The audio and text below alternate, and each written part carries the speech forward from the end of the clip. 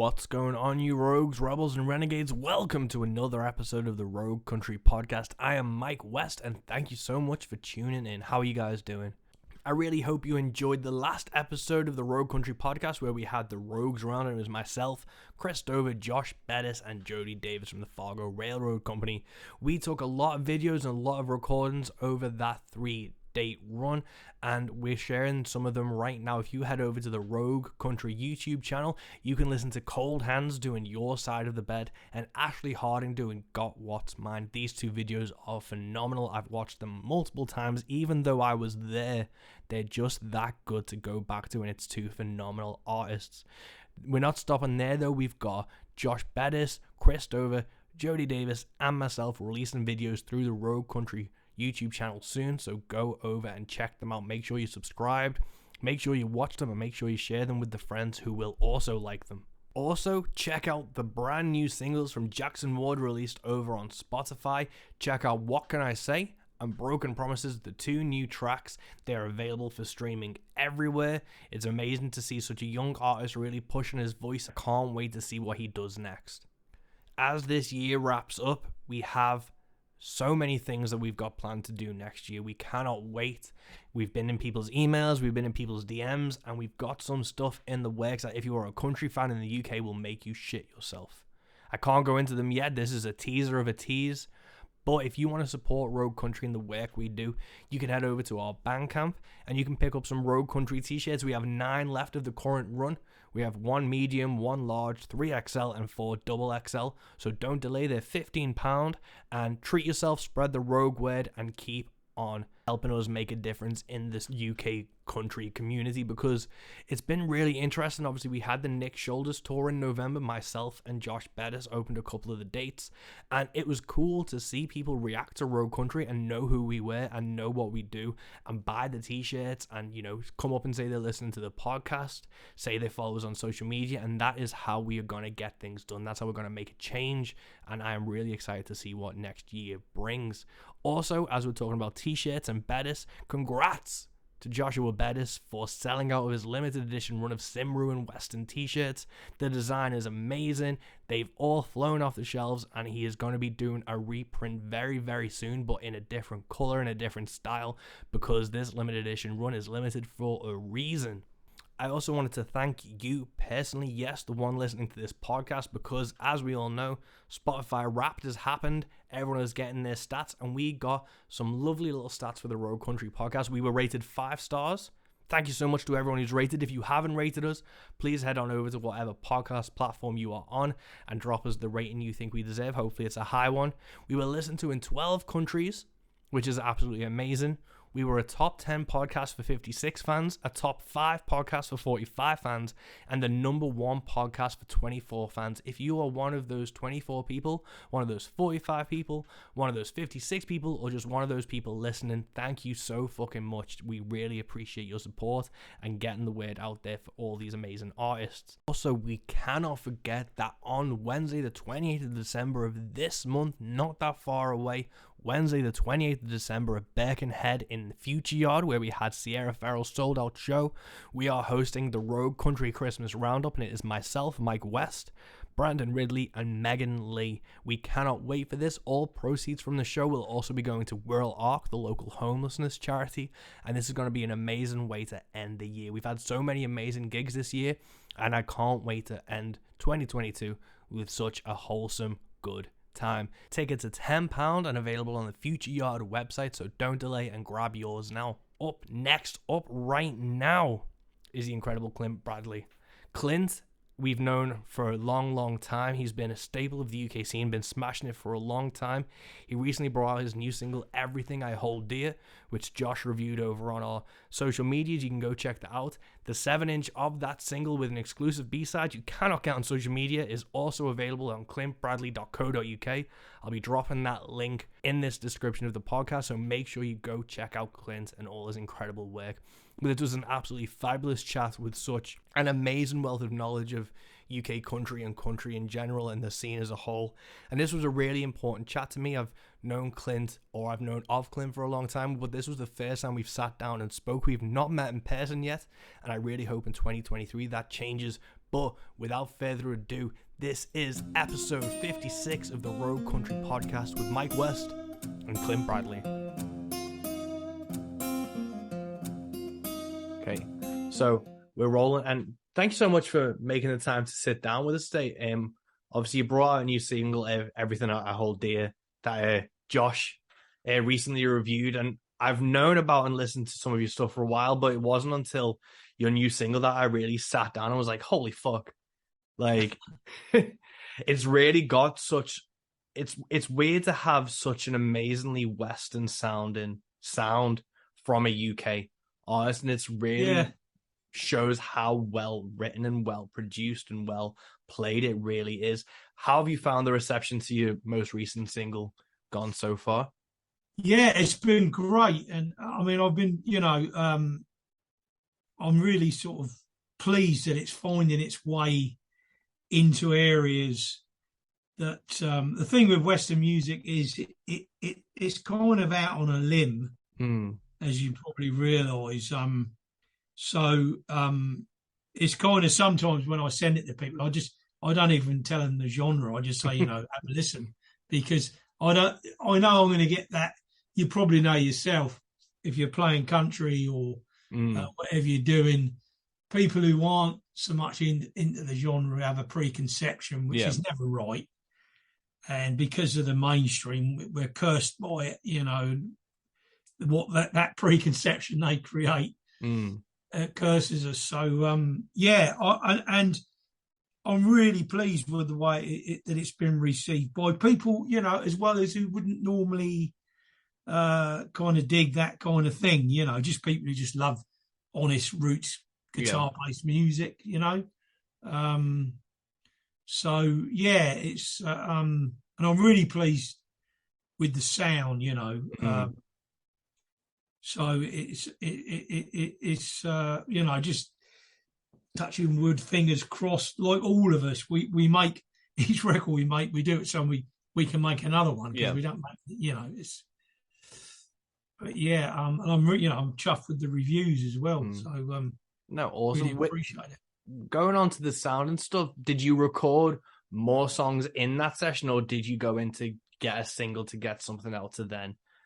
No, that was more or less intention was to go in and get a single down. The B side, which is just not on the vinyl, we did that a little bit later, but we did it on a like as usual on a shoestring. But well, I got a great sort of partner in crime with Darren Allison. He just sees it, for what it is, and he's not worked on any other country.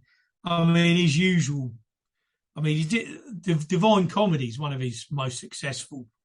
That trio of albums that he did with Neil Hannon, and he's done things like that and spiritualized, all manner of stuff. But he just loves anything that's real, and that he kind of believes in. And he kind of saw that in the way I saw it.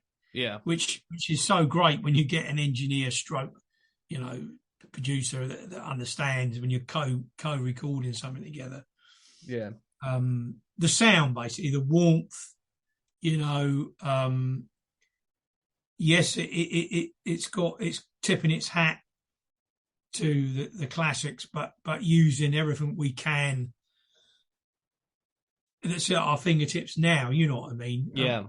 Because we don't have the money to go into the expansive kind of spaces that they did back then, to record. The plate reverbs at Studio B, the whole thing that made those classic records sound like they did, Yeah. That's the thing.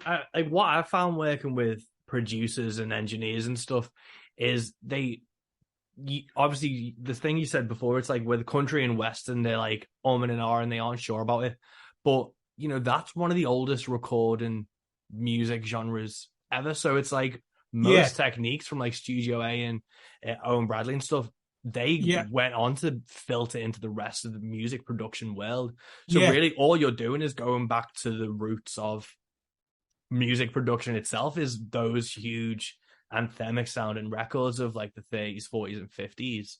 Yeah. Is kind of the origins of studio production in general anyway. So all you're asking them to do is to filter what they've learned through to go back to the point of origin. It's a really interesting thing. And then to have the modern day technology, it just makes it so much more fun and so much easier. So having to like splice things or get reverb plates or do something, it's much more at the touch of a button, and it just gives you that freedom to create. Yeah, I agree. You know, it is. Incidentally, that the Studio B is now owned by Nashville University, and there's a guy I know out there who's teaching in the university, and they actually go in there, the students. I don't know. I mean, because you know, like all of us, I just got to see it before I shuttle off my mortal, as they say, because you know the Quanson hut. I don't know how much of that's left or any, any of it, but I suppose a lot of that was accidental, like all those great, you know, the things that Bradley did in there, the wiring, the whole thing, and that old military hut, I'm sure added to the mystique. Yeah. But it's interesting that it's still, in some shape or form, still there.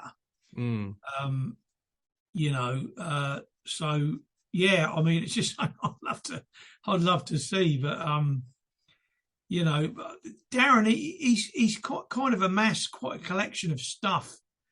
He calls himself a gear slut.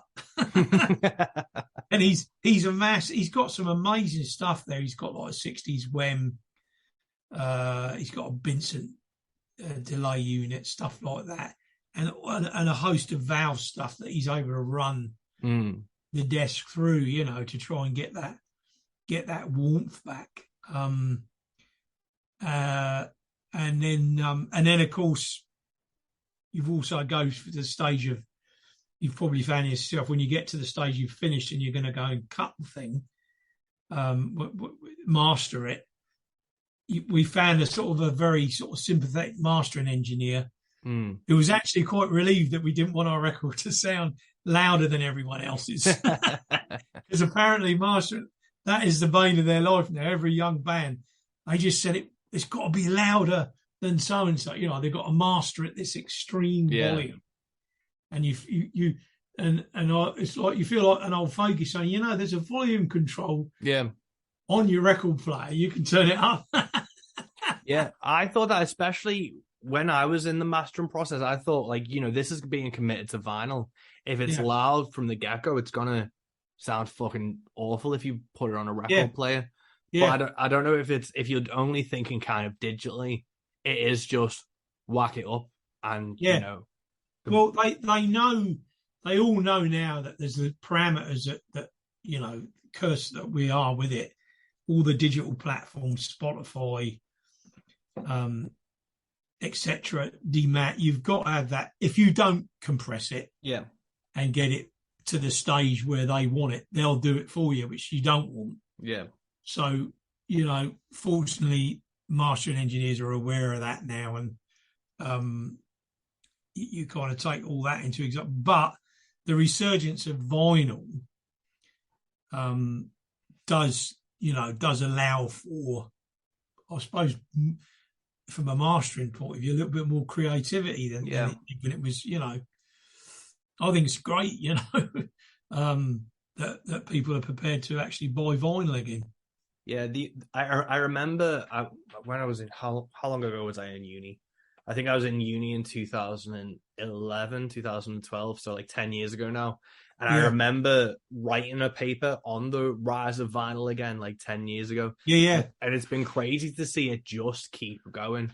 And, you know, putting my stuff on record, like on vinyl, it sells the most out of those. Like it beats CDs and stuff hands down. Yeah. It's great at gigs. I expect you find this yourself at gigs, you know, if you can shift, you know, after you've had a really, really good night, you know, and you see the 12-inch going, it's like, you know, it's really kind of handy. Yeah, no, totally. Yeah. So yeah, for the likes of us independent artists, it's quite a boon, really. I mean, I hope Mm. it continues. Just allows us to, because it's so flipping, as you know, it's so. You, I don't know about you, but I just find the more you do, the harder it gets. This barrier, especially if you're in any area of country music. I'm talking about country as an umbrella now, Yeah. which goes over all of us, from bluegrass right the way through to western to whatever outlaw country, whatever it is. It's like here that they just, I don't know how to put it diplomatic. It's so hard, because you've got that one show on a Thursday, which the BBC have decided is their go-to Yeah. expert on country music, and he's not. He's No. not the expert. He's not really a lover of the genre. I'm not, isn't it? But you know what I mean. And so every time you try and talk to someone from that area about country, they seem to use that as their yardstick, and you're sort of saying, no, please, Yeah. I mean, there's so many podcasts, isn't there, and independent stations that they could listen to and get the vibe. But it's hard because it's the same with any genre where once someone is established long enough, they kind of become gospel for that thing. Yeah. And it's hard to, because we found it with road country, it's hard to set up something else and offer alternatives without people thinking you're bitter or jealous or doing something. And it's just like, no, it's just, we can disagree with him. He's not the be all and end all of what country music is. We want to offer alternatives because the whole reason we need to is because he's not fucking listening to us. Yeah. And he won't, he won't. Yeah, he won't. That's the thing. He goes to Nashville and they give him the carpet and all that. And, but I'm not that, if you said that, like you said, they'd say you're being bitter, but you're not. You're saying, look, you've got to really look beyond this if you want to find the genre. There's all this stuff going on.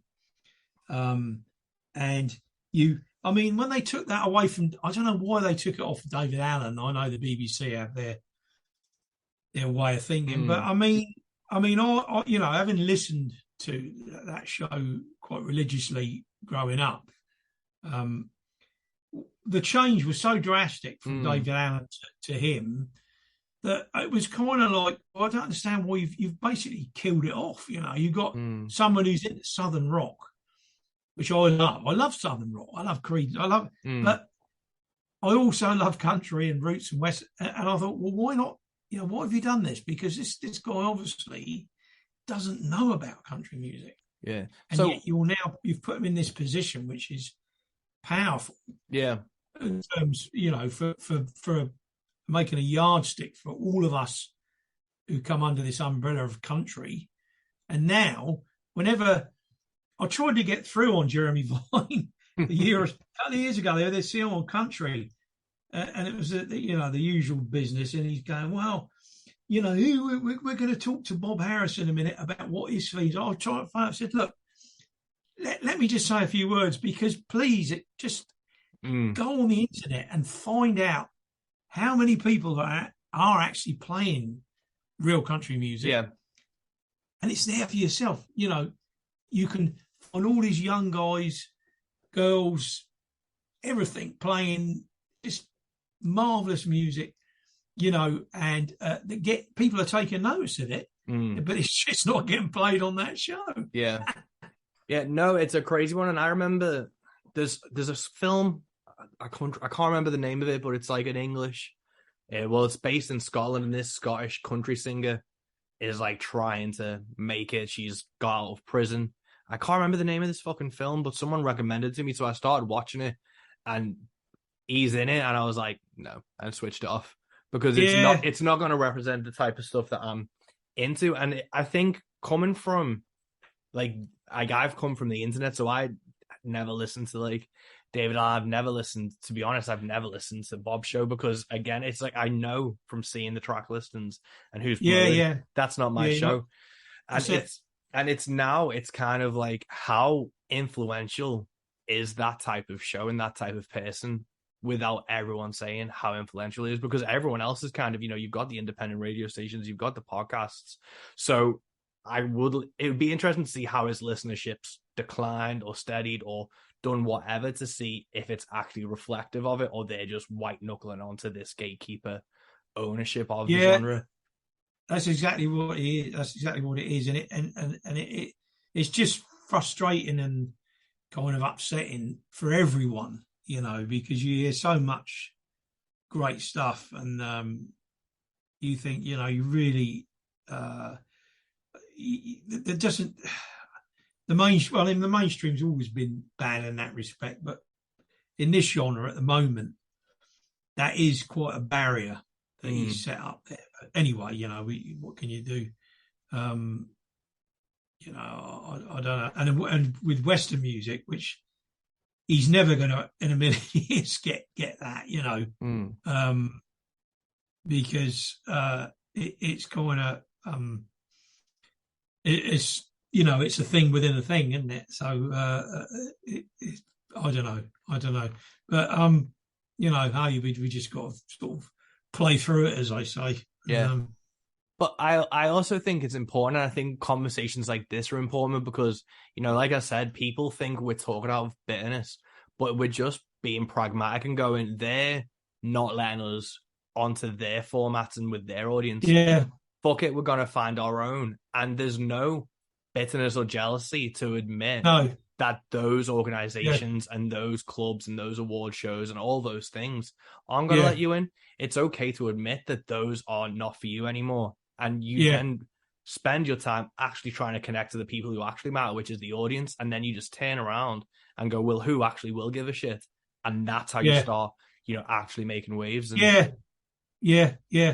I mean, there is also that, like in the States, you've got that kind of that guitar and voice kind of thing, which is in some ways easier than it is here. In some cases, you've got more of those kind of venues where you can just sort of turn up with your guitar on your own and sit down and play your stuff. I noticed that first time I went over there, and it kind of gave me a bit of an incentive to do what I'm doing now, just getting up on those open mic nights and doing my thing. And then finding people, I mean, it's like, I'll give you a classic example, Don Edwards, who sadly has just passed away. Don Edwards, really, for Western music, he, in the 70s, it was out on his own. He carried the thing. I mean, I sort of discovered him late, really, in the 90s when I was over there. But he's exactly what you were saying. People found, in the end, they just found him. Because they people are coming away from his gigs and saying, well, they just saw this guy and it was fabulous, and just this guy sitting there, and then I suppose he did the Coyotes thing, and then everyone started to be more familiar with him. But he already had this fan base, and I so admired that, because he kind of built that out of nothing. From playing in the smallest sort of coffee house to ending up being that kind of artist that other artists, but I've got to go and check this guy out, but it's a hard road, isn't it? As you know yourself, in amongst that time span, you got to pay your mortgage, you got to pay your bills.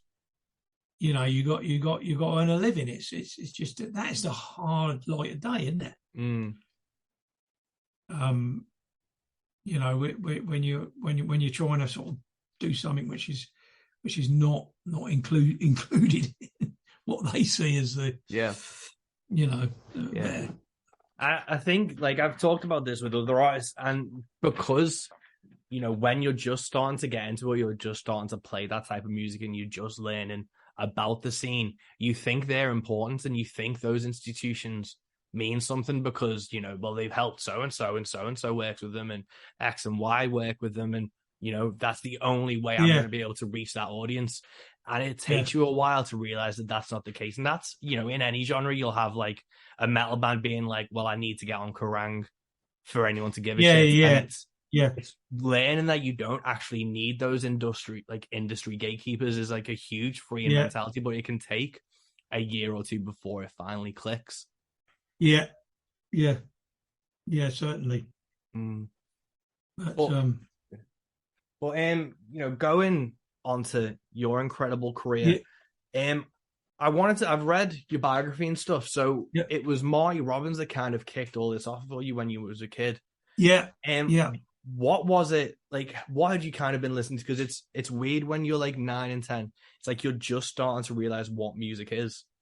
Yeah. Yeah. What was kind of played around the house before? Like, what was pre Marty Robbins, and then what was it about him coming into it that kind of knocked you off your feet?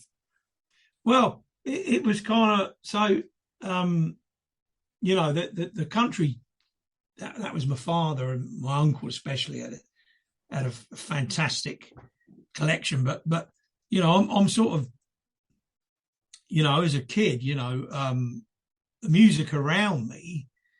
So like, you know, leaving, so like that you get to the, you know, leaving school, the early 80s, you've got like the post-punk thing punk's happened, but you've got like the remnants of it. So my contemporaries, all most of my friends were listening to, you know, a lot of them were listening to like the Clash. You know, the ska thing was the two-tone thing was, you know, at school was all around you.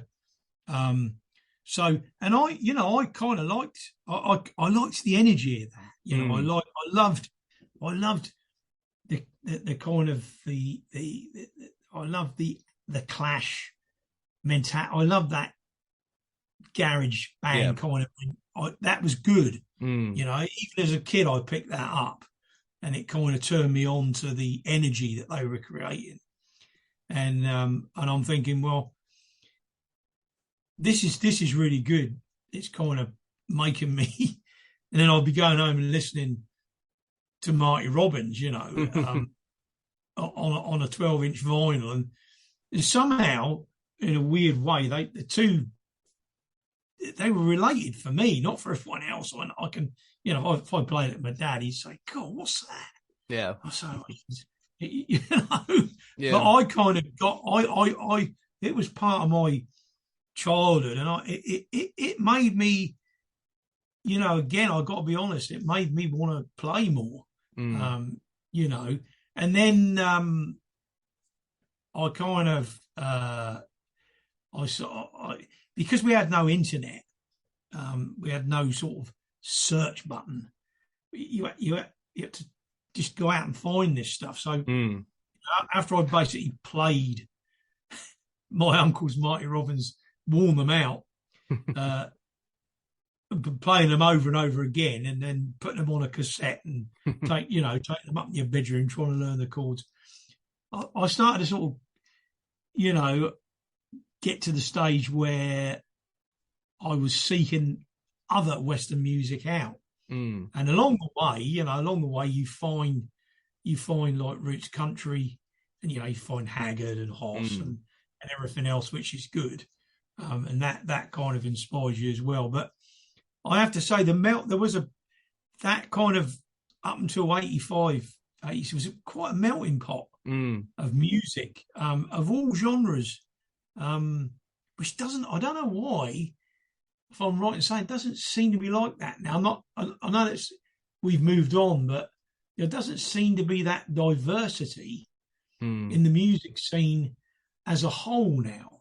Yeah. So whether or not kids are soaking stuff up from their immediate sort of musical surroundings, or like we used to, going back. And so, for instance, when just giving you, when the two-tone thing started, and, you know, your mate comes around, "Oh, have you heard this?" You know, and you say, "Yeah, I like it." And then my instinct is to say, "Well, who did that in the big? You know, who did that? Who wrote that?" and he some Jamaican guy, and then you go back and find the original, and you think, oh, this is like, and you find a whole load of other stuff. Well, that's exactly what happened to me with country. I mean, I was finding these old kind of sleeve notes about Marty Robbins, and he's kind of talking about who influenced him. And so then that's how I found out about Gene Autry, years ago, before anyone, well, if he liked Gene Autry, something's got to be good about it. So you go out and you literally thumbing in these record shops looking for anything by Gene Autry. You get it home, and I miss, not to digress, but I do miss that excitement of discovering it for yourself. You find the album, you get it home, because you can't click on a button and listen to it straight away. Yeah. So you have to wait until you can get out there with your hard earned, and buy the thing, and you get up and put it on, and you think, there it is. Yeah, no, that's the interesting thing. I think, the algorithms definitely got a lot to say for, talking about not the segregation, but every genre is kind of in its spot, and it's like, well, if you listen to country, here is every single country thing, but they're never going to recommend you a reggae song that you actually might like, because it knows what you like, and it's just going to spoon feed you what you like. And I think that's where TV and film has played a bigger role than people are really realizing in the last 10 or 15 years, because it's only when you watch a film and you go, oh, what was that song? I like that song. I haven't heard something like that before. And it can be like, an older song that has kind of had a new lease of life on that. But there is that thing. Like, I was speaking to my wife, because I've got like a decent-ish record collection. And, when we have a kid, I'm looking forward to it being able to flick through, because you can't flick through a Spotify catalog. And you can't just cause I remember being like a kid and going through my dad's record collection. I'm a huge Kiss fan now, because I remember pulling out the Destroyer record and going, holy fuck, what's this? I'm putting it on. Yeah. And, even like Michael Jackson's Thriller, I was like, this guy has a tiger. He's got to be good. And going through those type of things. Yeah. Yeah. And you don't have that experience because vinyl's making a comeback, but having those collections that a kid can sift through and find music for themselves is a huge thing that is kind of missed at the moment. It is. And my daughter, my daughter's at uni right now. She's 20 years old. She's never bought a CD, let alone a vinyl. And yet, I'm pleased to say some of her contemporaries have bought vinyl. Yeah. Because she said to me the other day, you won't believe this, Dad, but this guy I know, he buys vinyl. And I'm saying, well, good on him. It's like, and like all of a sudden, I don't know, Noel Gallagher's releasing his new single. There's a vinyl version of High Flying Birds, and it's like, that's a good thing. I mean, I'm with my kids, you see, I did it with Western music. I did it via watching the movies. I sort of get them, as they call it, me getting them under the net. I've got three children, and kind of watching classic westerns. And after a while, they notice the soundtrack is always similar, and then of course it makes them. The Sons of the Pioneers is another one. I kind of discovered them through those John Ford westerns, because they were always in the soundtrack. Yeah, and I was thinking, well, who is this? And then back in the days of the old VHS, to keep stopping and starting to find out. And it's not till you can actually buy the video, you can get to the end of the titles and find out who's made the music. Yeah. I mean, it's a great sort of, again, we're getting back to physical product again, but I think it's all kind of like a huge part of it, all that. Yeah. The thing I always feel with music is one of the biggest emotional hooks and why people care about music is because of the ritual. And that's why a lot of people's favorite bands are from when they're 10 to 15, because that's when they realized what music was. and that's what they latch onto. And it's like the films with the soundtrack that they adore. So I remember I watched Oh Brother Where Art Thou? I think it came out in 2001. Oh yeah, yes. So I was like 11 or 12 and was like, holy shit. And you heard the song. Yeah, and then it was just like after that, that's when I realized I loved like country and roots music, and it was like kind of fed on from there. But Man of Constant Sorrow did that for a lot of people. Yeah, and that's the thing. It did for a lot of people. Yeah, like I absolutely adore Ralph Stanley because I heard Oh Death first, and then it's been a pleasure to try and just find stuff I haven't heard from him now. It's still at that age where I'm trying to find records of his and stuff. But it is those things where the physical product and the ritual of music has been kind of separated through a digital screen. And, today is the same day Spotify Wrapped has come out. And it's everyone showing their streaming numbers and stuff. And it's all an amazing thing to discover music.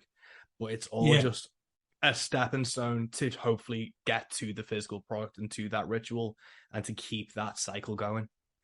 Yeah, sure. I mean... it's so important. I mean,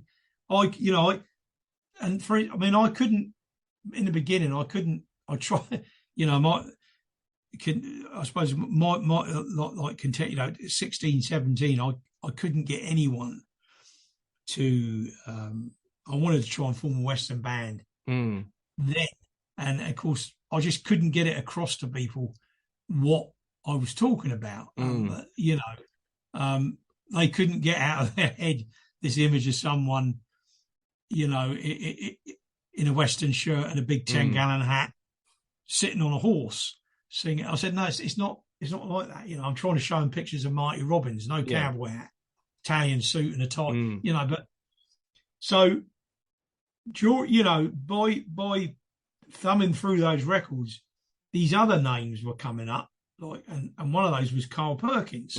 So I bought this Carl Perkins album, got it home, and again I had another one of those bloody hell explosions. I'm thinking, what's this? I'm loving this, and of course, and then that turned me on to rockabilly. And then that door opened at sort of 16, 17, and then I found people who would play with me. They say, yeah, I'll have some of that. You know what I'm saying? Because there was a scene to go to there. So that's how I kind of got into rockabilly. Obviously, because to me they were natural brothers. Western swing and rockabilly. So, what it enabled me to do is get out there playing gigs at 16. We were playing gigs at 16. Which was great. It gave us a route. We could get up. We could get up there and play. It was like it's a shot in the arm. It really was. It's so it works. Those routes of discovery, they lead you down roads that eventually bring you back to what you want to do, I think, anyway. Yeah, no, totally. And with obviously releasing this single on 7-inch, was there what obviously we're talking about physical format, was that the conscious thing in the forefront of your mind to be like, I need a physical single for this? Yeah. I've got the label that I've done the single and the previous two albums. It's basically a guy in Finland, and he's very passionate, just a passionate music guy. As you know, Scandinavian is a great place for roots music. It doesn't matter whether it's country, western, rockabilly, blues, whatever it is. There's a ready-made warmth there to the music, which really it's heartwarming. It's encouraging for people like us. And so he kind of he kind of reminds me of those stories you read about the guy that started Bear Family. He just he someone who had this passion that everyone thought, well, why do you want to do that? And now I read this classic quote the other day. In the beginning, no one would want to be on Bear, and now everyone, if they're not on Bear Family, all the classic, they worry. Yeah. So he's got that kind of passion, and he said, let's do a vinyl 7-inch single, and we'll go record a B-side, and we'll just put that on the vinyl. We won't release it digitally. It'll be old school. So when they buy the vinyl, they're getting something, they're getting. Yeah. And I thought, well, that's just a really good idea, that's really, it's his idea. So, because how it is, everyone now is just saying, oh, well, it's just going to be Spotify and digital, and that, and then maybe we'll do a CD or a vinyl when we get to the album. But that really was his idea. So, and it's worked. Yeah, I think. Yeah, no, it has. It looks amazing, and it's one of those things where people, we're talking about the rise of vinyl and stuff. It is one of those things people want to support you, because obviously Spotify and digital is so easy, but there's always that conversation about, well, how do you actually support them? And it is buying those records. And that's why when people, give Spotify a hard time, I do think the majority of music listeners, they're using it as, a first listen type deal, but they will go back and buy the record and stuff, because exactly, it's just I totally agree with you. You've got to have, you've got to get your stuff on there, because that is exactly, it's, do you know what it puts me in the mind of? Those old 50s movies where people used to be able to go in the record shop and listen to a record before they bought it. That's like Spotify is kind of like the contemporary version of that. Yeah, no, it is, especially with vinyl, it's 20, 30, 50 pounds sometimes for a record, depending on how rare it is. And, people are a lot more savvy now. People don't want to take a risk on a record and then have it sat there and they've just pissed away £30. They aren't even going to take it out of the rap release. Like I've done it where I've gone to buy a record. I'll listen to it on Spotify first, and I go, I'm not fucking buying that. I can't justify. I'm never going to listen to it again. It's a lot of those people are like, they're just being savvy, and Spotify gives them that ability to take a risk on it. Yeah. And I think that's a really good point you've made. Really, really good. And getting back to that label thing, that, like Bear Family, what he's done, he's got such a reputation that you just know. I mean, I have so much faith in what that I just buy it. I mean, and I'd probably spent far too much money with Bear Family, but his box sets are, for kind of Western music and country music, they're just second to none. But you just know you're going to get quality. You're not going to get any those horrible disappointments when you get it home and where it arrives and it's like re-recorded versions of, like, this is what used to happen in the days, like going back, like with Carl Perkins and people like that. You were innocent, you were a kid, and you just think, oh, that's got to be, and what's that? You get it home, that's not what I thought. You're getting like recorded, and then you look, recorded in 1985, and it's just like the third re-record of the song you wanted. Yeah, just going on. It is one of those things where, you need, that's what we want to try and do with Rogue Country, is if we kind of, promote artists, talk to artists, you kind of trust what we're doing, because if you like X, Y, and Z, it's the same thing why why Western AF or Gems on VHS has done well. But it's the same thing with, like, I love obviously I'm a huge John Prine fan. I'll listen to anything from Oh Boy Records. They did the showcase in June. I went and it was fucking phenomenal, and I bought every record at the merch stand, because you build those relationships and you build that trust.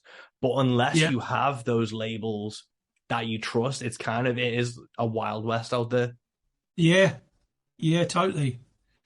And I suppose you try and do that yourself in a small way with what each of us, what we're doing. You just put everything into what you do. I mean, I know with the 2 albums and the single, I've thrown everything I have into it. And it's just because you want people to hear you in the way you want to be heard. And it can be, as you know, it can be a dark and flipping black tunnel sometimes, because you know, every step of the way there's a barrier, and you haven't got any of the tools that the majors have, and the signed artists have. You know, every gig and loading up the PA and taking it to. It's like, but you know, you just got to do it. There's no other way.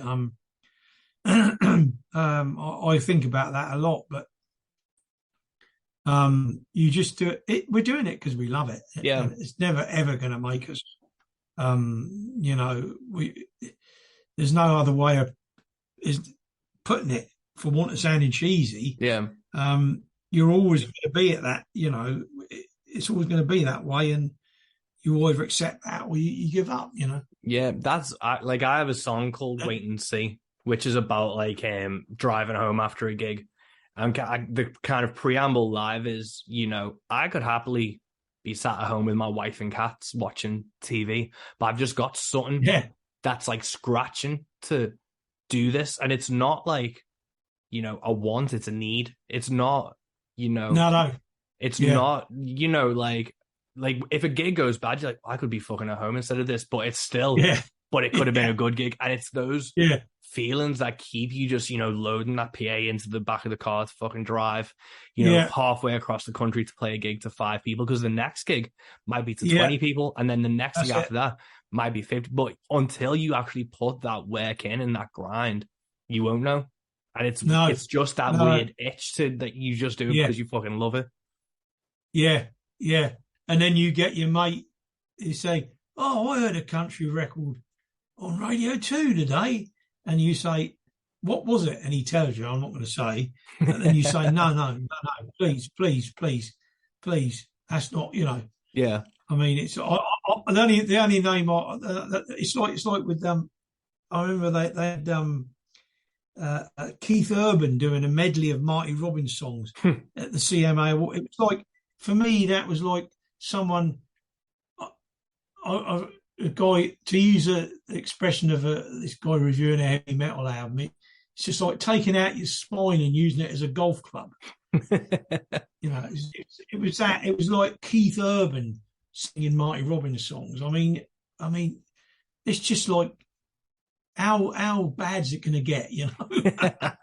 Yeah, but that's, I think that's the hard thing as well, because you have sincere artists who have like been influenced by that stuff, but they'll still get like ignored over one person who's established and in the gatekeeper's good books to then get like, you know, well, they'll do it because we like them, and it may not be sincere, but they're gonna do it, and it'll tick that box of, you know, paying tribute to a, you know, country artist past, and we can like feed off that for a while, but there's no sincerity to it.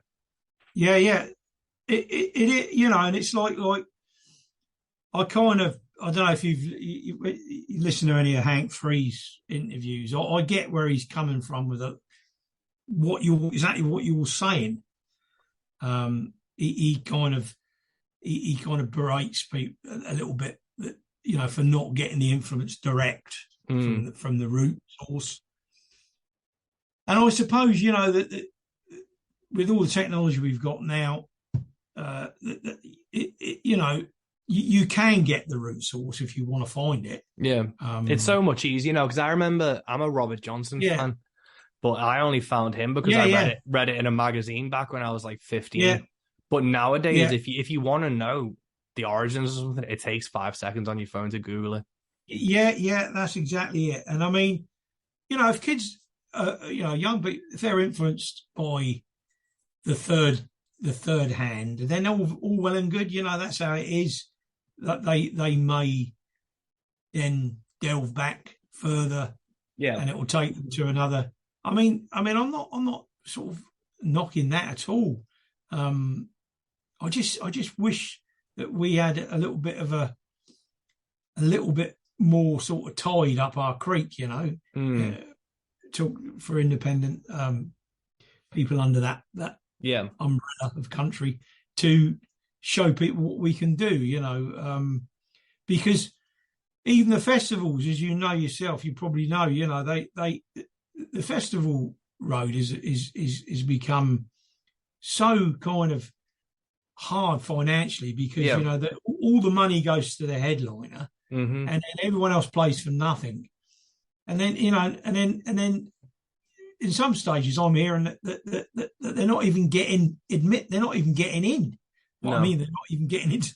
They're paying to get into the festival as well. So it's I don't know, it's not always like that. Yeah, but it's a hard old road sometimes.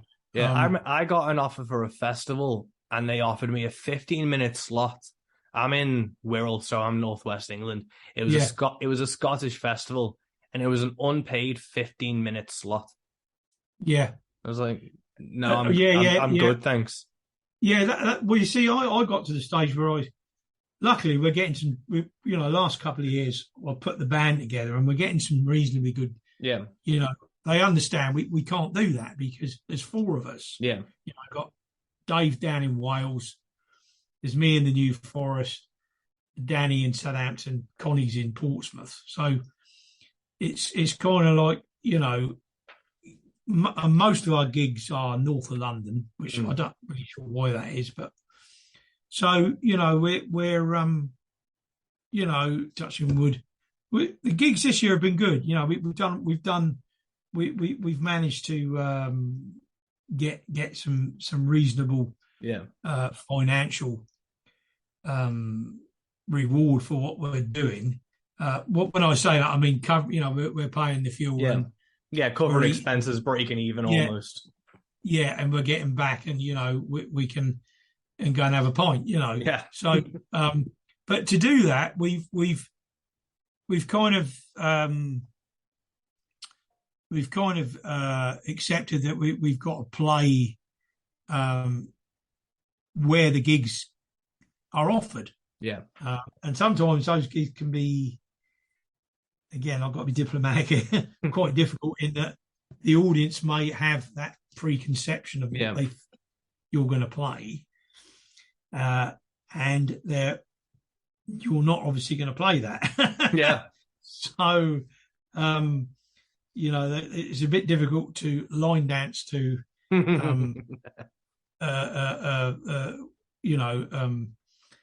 We Are Shane or Running Gun or something like that. So, but I've learned along the way that you've just got to play to the people that are there that want, until they're digging what you're doing. So you play to them, Yeah. But then we've had some fantastic gigs in places we would have never expected, like playing with a couple of indie bands or something. It could be, they're just like enthralled because you're all acoustic for a start. And they're really responsive, and they love it. And they actually buy the records. So, that's, that's the upside of it, isn't it? It's good for the soul when that kind of thing happens, No, totally. And it's finding your audience, and it's finding the people who are willing to take a chance. And I've found, I've only played like 2 country music clubs because look at me. But like I've only played... see, I'm the opposite.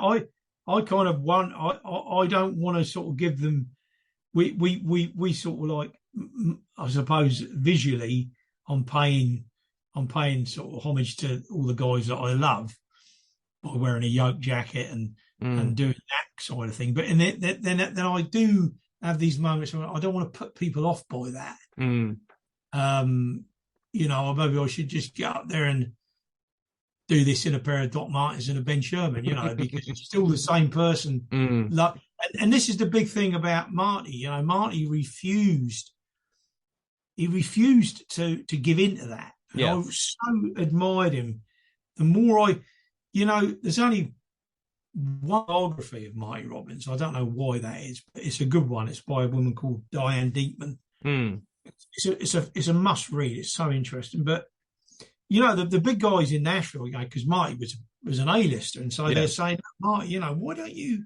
How come you don't wear the? On the front of the albums, yeah, he's got the Stetson and Mm. got the Western thing. But if you're going to see Marty Robbins live at his peak, he looks like he looks like he's just stepped out of Quadrophenia. He's got an Italian Yeah. suit, Slim Jim tie, button down collar. He could have been in a mod band, and he's got a great song. It's called, if you check it out, it's called Cowboy in a Continental Suit. Yeah. And that's his answer. That's his way of saying, you don't have to. Look, I sing the songs. I don't have to dress up like it all the time. Yeah. And you can't get more Western than Marty. He's No. he's the man, isn't he? Yeah. So, and again, like, I often sort of, when I read about him, although he was, he had massive success. Do you know the story of, this is truth. When he went into CBS and told them, he said, "Look, I'm going to, I want to make this." He always called them cowboy songs, as opposed to Western songs. But he said, "Look, I want to make a cowboy album." And the head of A&R, I always forget the guys, and so we'll be in about 1958, 59 when they recorded it. Said to him, he said, "Marty," he said, "I don't really think you got the voice for cowboy songs." So like, when anyone says to me, "I've just been to see a label and the A&R man said this," and I say, don't get despondent, because A&R men's no fuck all. Yeah. If they're going to say that to Marty Robbins, Yeah, just exactly. forget it, whatever they say, because but not to digress, he if you look at him in some of his classic videos, how he's dressed, he's kind of like, he's just like this guy, but with this, just like this gift, of creating this insane, beautiful music. I can't really put it in a way, but I kind of do think about that sometimes, and as much as you're saying about that you go to a country club, I don't want people to see us walk on and think, "Oh, I know what we're going to get now." Yeah, no, I get that, and I think what I was going on to say is, obviously I've done the country music club stuff like very briefly, and compared to playing with like you said with like indie bands, I think if you play in that type of setting, the preconception is less. So even if you walked on, as you are with your Western shirts and stuff, there's not going to be as much of a snap judgment as it would in those scenes. And that's what I found. So I think that's why, you do not necessarily better, but you maybe shift some more merch, you'd reach a different audience, and you'd have a more interesting gig with that type of crowd and with like a younger crowd. Like I've just been playing with a Cam Cole, who's a one-man blues rock band. I've been doing my thing, and people have come up and like, "I've never fucking listened to country music before in my life." But like, "What are you doing?" I'm like, "Well, check this. I'll check those. I'll check this out." And it's an interesting thing, because those people seem to be more receptive to music in all its forms than someone who's going specifically to, "I'm going to a country music club because I want to listen to the country music that I know and like, and I don't want any surprises."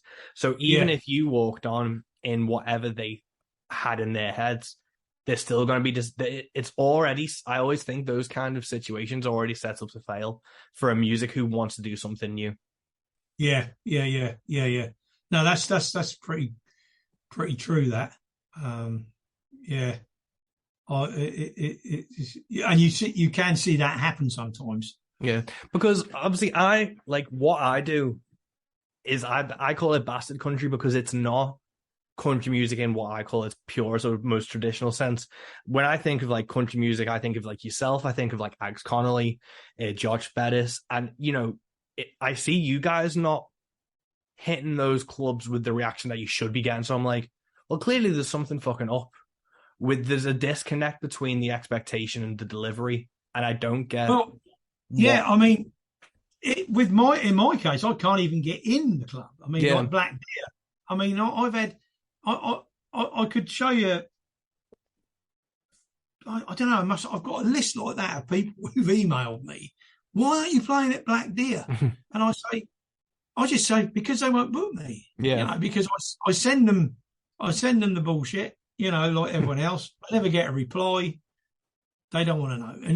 And I've been on their website telling them to book you, why aren't you booking Clint Bradley? And I say, I don't know what the magic word is or who owns the key. If you find out, just tell me, because it's like it's like you don't even get the chance to show what you can do. No. So what we end up doing, like we played at Wickham, crikey, it's 2 years ago now, and it was fabulous. Honestly, it was one of the best gigs. We well packed the tent. People were just coming in, purely because they're walking down and they hear it and they come in. What's this? I sold everything that night. Sold all the merch. My wife was doing the merch for us that night, and it was an awesome night. And you couldn't have gone any better. It was just one of their magic gigs. 4 encores. The whole crowd with us. So I'm thinking, great, and we'd done it in one of the off-centre tents, but you can still a lovely rig in there, and you can still get like quite a few hundred people in those places. So I get I give it the customary few weeks, and I get on to the big tamale. So it was a great gig and blah de blah, and we look forward to coming back next year. And it's right, you just get, well, I'm sure they'll have you again. It's basically saying you can play in the same place again. Yeah. The same money. And you're not getting near the main stage, You think, well, hang on a minute. We just done this blinding gig. Yeah. We pulled people away from the main stage into our gig. And you're saying, it's like, how many more times do we have to do this? Yeah. And there was no country fans. This was what Wickham's like. I mean, it's like there was that weekend, there was the Proclaimers, there was been Kiefer Sutherland and his band and these other people, So it's a total cross section of people there who really, really dug what we did. Yeah. And a lot of people are still in touch now to the website. When you're playing, and that they're coming to our gigs now in other places. But it's kind of like you wonder why I don't know as you say, I don't know who the gatekeepers are. Yeah. It's hard with from festivals. It's almost the same as the radio, where it is literally, if your face doesn't fit or you aren't in that kind of group, it doesn't even matter.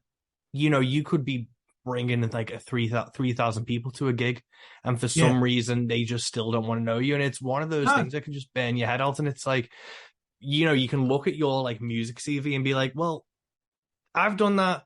The person playing's done that. I've done that. The person playing's done that. I've done that. Yeah. The person playing hasn't done that. But it's just the face fits. And it's one of those things where you can just drive yourself mad trying to wrap your head around what the decision-making process is. And I'll tell you the other thing that's so frustrating is the visa situation for America. Talking about live. See, now for a few years now, we've got no shortage of gig offers. I'm talking from West Coast right across to the Northwest. Like Cowboy, they have these festivals there which are absolutely perfect for what I do there. Cowboy music and poetry festivals. And they stretch right across, they go from the west right across to the Northwest, Montana, Wyoming, Nevada, all those places. And some really lovely people, offering us gigs and places to stay and decent, and you start on this visa route. Man, that is depressing, because I'm at the stage now, I swear what they're saying, if you can even get through to someone at the embassy, it's like, well, you can apply, but you're not going to get it, basically. Yeah. So, and then you say, well, look, I can't afford an immigration attorney. I'm not on CBS. it's not like I'm Adele or like Yeah. the Stones. I can't afford an attorney. So what do? And then some, as you probably know, some go in under the radar, which is fine, but you're always looking over your shoulder. Yeah, I've heard horror stories about that. And I know someone personally. I know 2 people it's happened to, and it's just not worth it. No, because it's the worst kind of thing, to be frog marched from the gig basically to the airport, thrown on a plane, deported. It's demoralising, and then you've got a 10-year ban. Yeah. But that is frustrating, because when there's gigs you could be playing, where you've got people actually offering you decent gigs in decent venues, you can't go there because of this damn visa. Yeah. No, the whole visa thing's baffling to me, because I was talking to Cam, he's just been over there, and they were talking about the process they went through and the money it took to do it. But then I was talking to Nick Shoulders came over at the beginning of November. I was like, what was your visa process like? And he was like, it was fine. Like, that's it. The other way, it's just, when they come, if you look at, what is it? The process for them is nowhere near as hard as it is for us. So a US artist coming here is a doddle compared for a UK artist going there. Yeah, I just don't get the logic behind it either. No. There's a lot of people for a long time been trying to sort this out. It's grossly unfair, and it obviously in all genres of music, because especially with the rock, a lot of young bands that want to get over, they're starting to get their following going, and they're getting so much grief, and they won't even. I don't know why they've got this. You used to get this thing called a multiple indefinite business and pleasure, which I did get the visa once, but I had to pay for it going back some years, and it only lasts for a certain amount of time.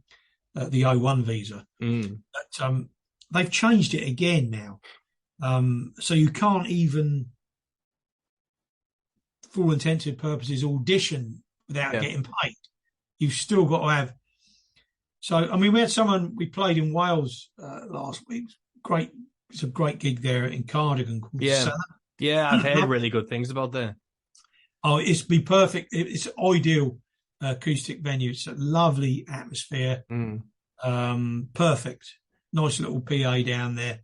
And we had someone come to the gig, came over from the States, saw we were playing.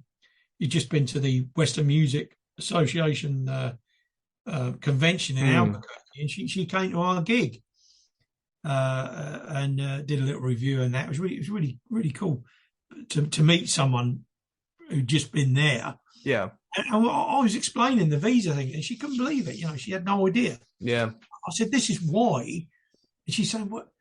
Why haven't you been over? We everyone's waiting for you to play." And I said, "Well, this is why." And I just this is the situation. So she's gone back talking to people, and they're going to try and do something. There's talk of a cultural exchange and other things. Yeah.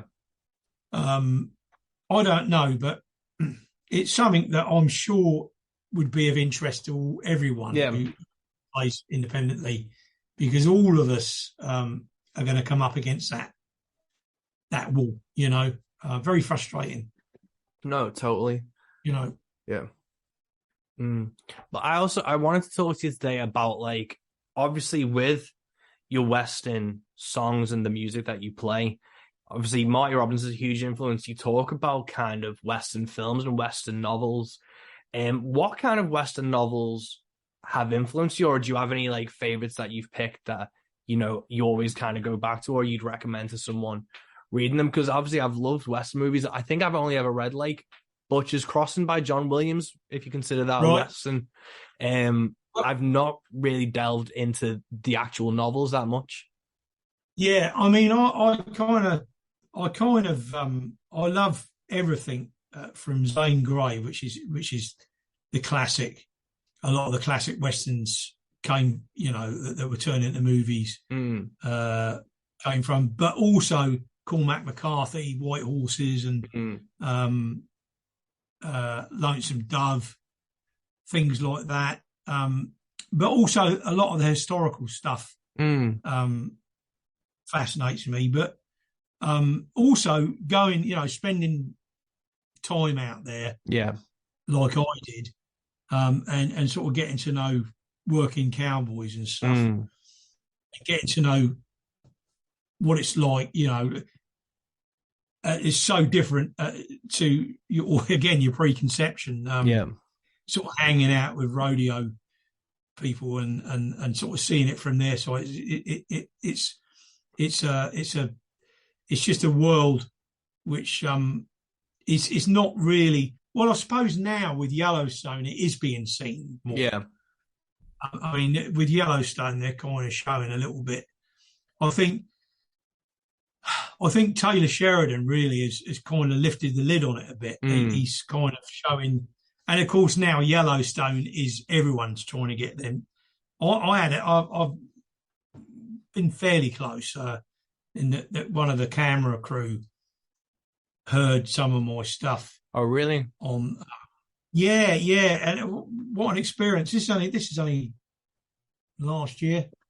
So the series series 4, they went to film in Texas, and at the 4-6's ranch, and there's a station there that's been really supportive of me from the first album, and they play it a lot, play my stuff a lot, and they heard a particular track.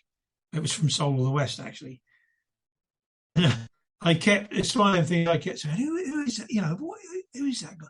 And they actually called the station to find out who it was. And the station, the guy that runs the station, he emailed me. He said, "Look, I've got to share this with you. This guy." He said, "Do you know what Yellowstone is?" I said, "Yeah, I do."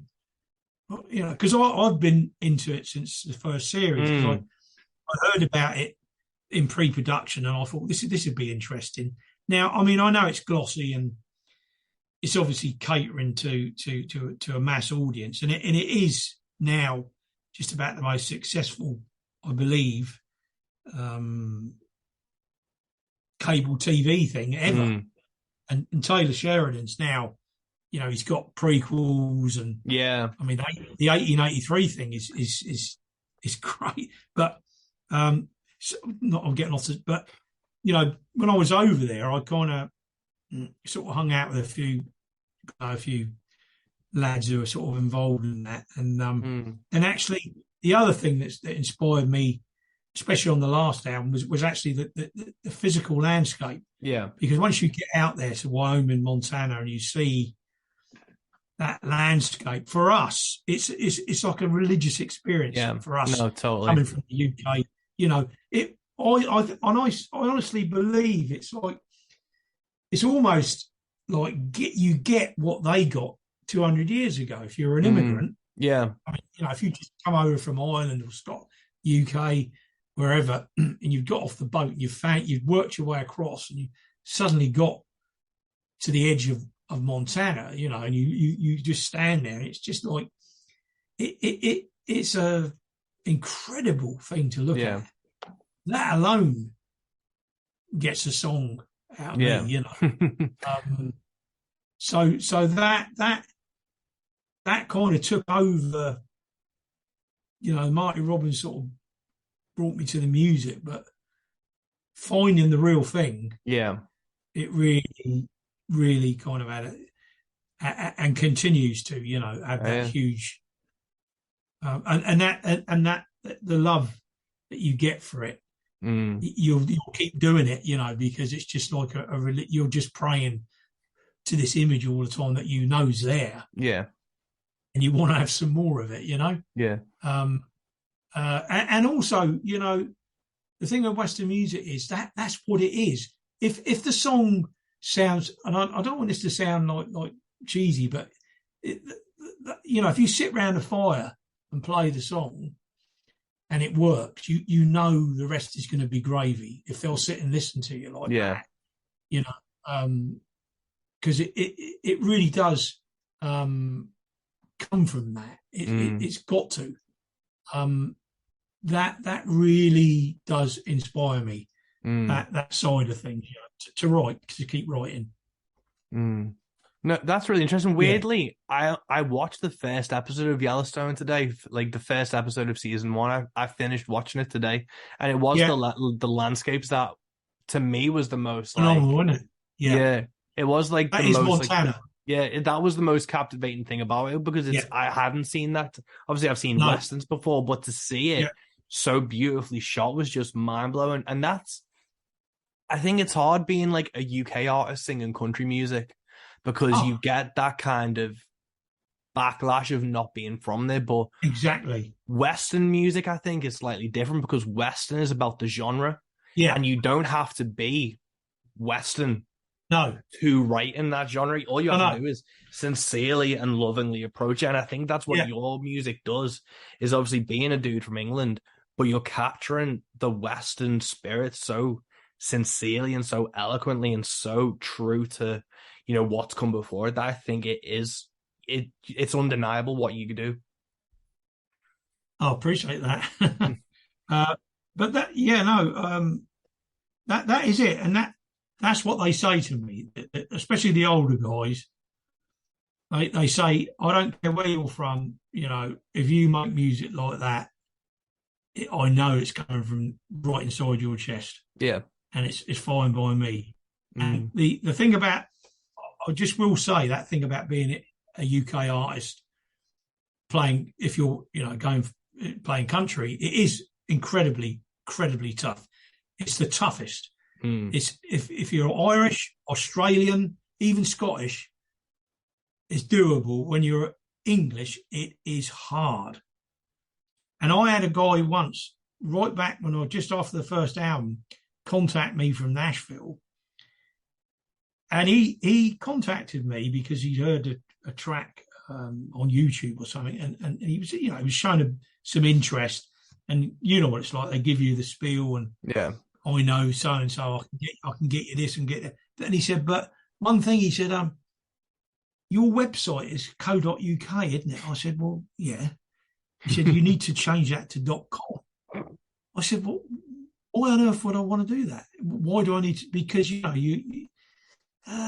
he's trying to say is, well, it's going to be a bit hard because you're English. And I said, what do you want me to do? Turn up with some con accent?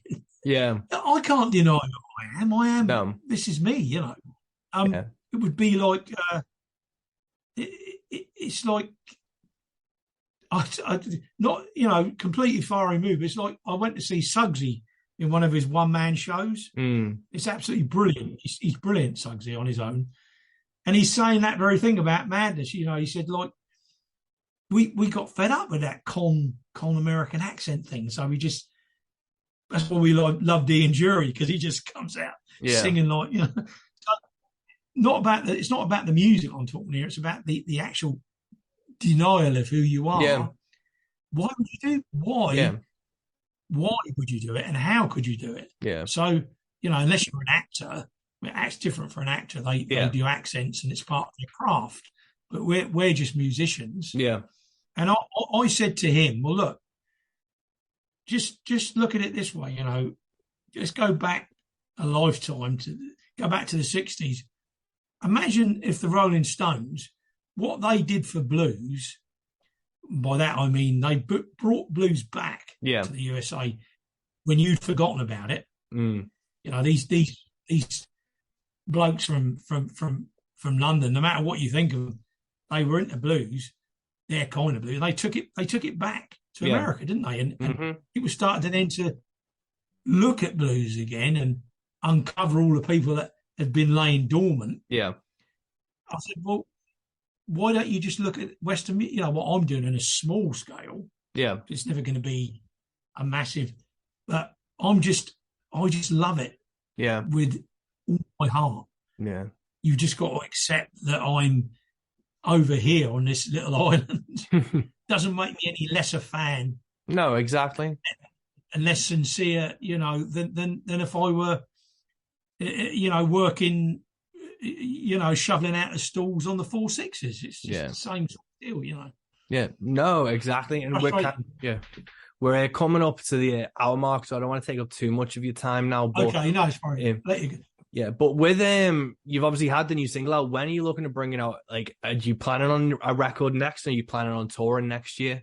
It'd be touring next year, and then hopefully the latter end of the year we hope to start on the third album. Oh, awesome. That's what we're hoping. We're just putting in the final. We got 2, 3 dates came in yesterday, so I'm hoping to put the dates up at the end of December Awesome. next year, and that's the loose plan. Mm. In between that, this American thing, if it shapes up, then I might get to go over there next year and start to build, possibly build some dates. But we just have to wait and see, really. But yeah, that's the loose sort of plan at the moment. Oh, well, amazing, man. Hopefully you're going to be doing some Northwest dates so I can get to see you live as well. Yeah, we've got Sunderland coming up. We did the nearest we played to the Wirral was it the guy that used to put on the Rockridge festivals. He did one. We did one there it was just the year before lockdown. But he didn't get a good show on the festival. There was us, the Haley sisters, quite a few others. He didn't get what he wanted, so that was a blooming shame. I felt sorry for him. But I mean, I know we've got Sunderland next year and Leeds, places like that. Oh, awesome! Yeah.